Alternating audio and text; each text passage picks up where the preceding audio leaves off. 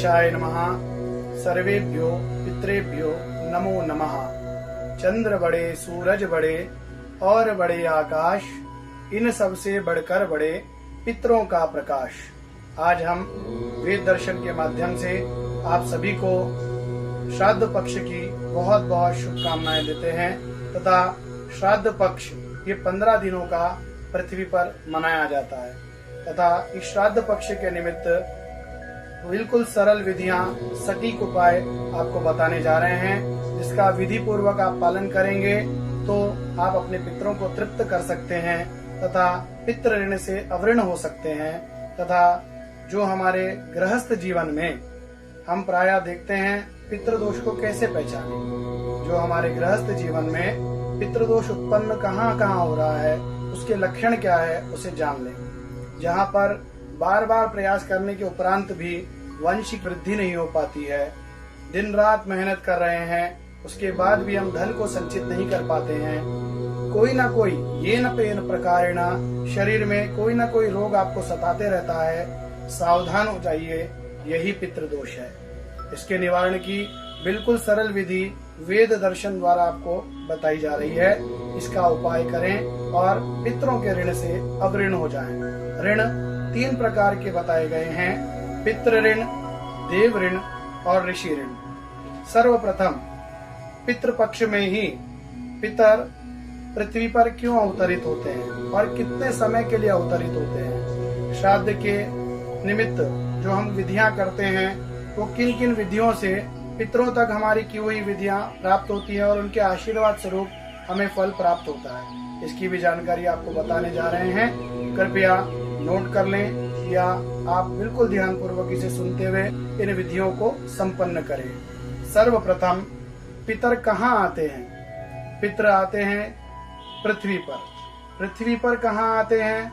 पितर आते हैं हमारे घर। हमारा घर क्यों आते हैं? हमारे घर पर ही क्यों आते हैं? क्योंकि हम पितरों के पिंड हैं, तो पिंड अपने पुत्र के घर आते हैं। और किसके पास आते हैं? ज्येष्ठ पुत्र के घर सर्वप्रथम पितर आते हैं और ये इनकी अभिलाषा होती है कि ये श्राद्ध करे, तर्पण करे।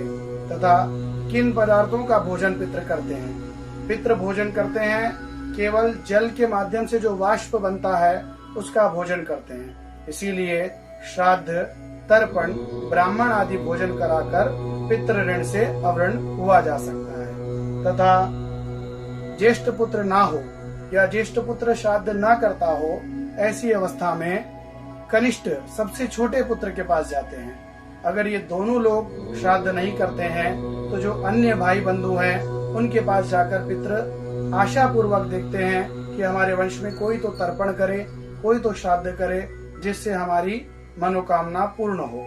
तथा श्राद्ध न करने पर सभी पितर कुपित होकर श्राप देते हैं। इस श्राप के परिणामवश वंश वृद्धि नहीं होती है, हम दिन रात मेहनत करने के उपरांत भी घर में धन संचय नहीं होता है तथा कोई ना कोई मानसिक या शारीरिक रोग परिवार को सताता रहता है। तथा इस विधि को कैसे संपन्न करें? बिल्कुल सरल विधि है। सबसे प्रथम तो श्राद्ध करना चाहिए। श्राद्ध कब करना चाहिए? अगर आपको ज्ञात हो आपके पितरों की या पूर्वजों की तिथि कब है, उस तिथि के दिन ब्राह्मण, वैदिक ब्राह्मण को बुलाएं, श्राद्ध की विधि संपन्न कराएं, तर्पण आदि कराकर ब्राह्मण को भोजन कराकर दक्षिणा वस्त्र देकर निवृत्त करें। तथा 3 पीढ़ियों के निमित्त श्राद्ध किया जाता है। आदित्या, वसवो, रुद्रा। इसका तात्पर्य पिता, दादा और परदादा। जो वसु हैं वो पिता के रूप में पूजे जाते हैं, जो दूसरे स्वरूप में हम पूजन करते हैं वो रुद्र स्वरूप दादा का पूजन करते हैं और आदित्य स्वरूप परदादा का। 3 पीढ़ियों का त्रिपिंड का विधान श्राद्ध पद्धति में, धर्म सिंधु में, निर्णय सिंधु में ऐसे करने के लिए बताया गया है। हम सरल विधि बिल्कुल बताने जा रहे हैं। एक तांबे के लोटे में जल ले लें, उसमें थोड़ा सा तेल मिश्रित करें तथा उसके उपरांत जौ, थोड़े अक्षत और एक कुशा की काढ़ी उसमें ले लें। और ये जो श्राद्ध पक्ष आज से प्रारंभ हुआ है, भाद्रपद शुक्ल पक्ष पूर्णिमा से लेकर आश्विन कृष्ण पक्ष अमावस्या पर्यंत, ये पितृ हमें कैसे जुड़ते हैं सूर्य जब कन्या राशि में प्रवेश करते हैं तब पितृलोक और पृथ्वी लोक दोनों सूर्य के और चंद्रमा के माध्यम से पृथ्वी के बिल्कुल सामीप्य आ जाते हैं। एक दूरी में पितृलोक और पृथ्वी लोक ऐसे आ जाते हैं। 15 दिन ये हमारे पृथ्वी पर एक वर्ष पितरों का एक दिन माना गया है तथा एक वर्ष एक दिन 360 दिन और 24 घंटे। इस गणित के आधार पर ये जो 15 दिन हमें प्राप्त हो रहे हैं, पितरों को पितृ लोक के माध्यम से परमात्मा आज्ञा देते हैं 60 मिनट के लिए कि ये पृथ्वी पर अवतरित हो और हमारे निमित्त जो भी पितरों के निमित्त श्राद्ध तर्पण किया जा रहा है उस भोजन को प्राप्त कर पुनः, क्योंकि ये जो दूरी मैंने अभी बताई आपको, ये 15 दिन के लिए पृथ्वी और पितृलोक की होती है। उसके उपरांत इसीलिए अमावस्या की तिथि पितृपक्ष में सर्व महत्वपूर्ण बताई गई है।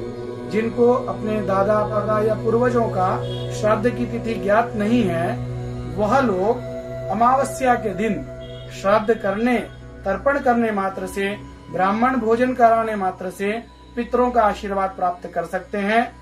और ये विधि बिल्कुल सरल है। इसको लगातार 15 दिन तक करिए तथा आपके घर में जो उत्पन्न हो रहा पितृदोष है इसे शांत करिए, अपने पितरों को तृप्त करिए।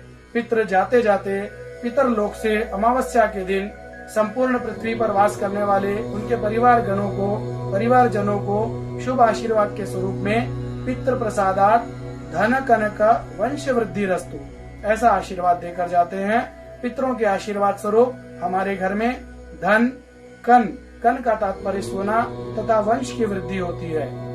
सभी का कल्याण हो। सभी पितरों के चरणों में नमन।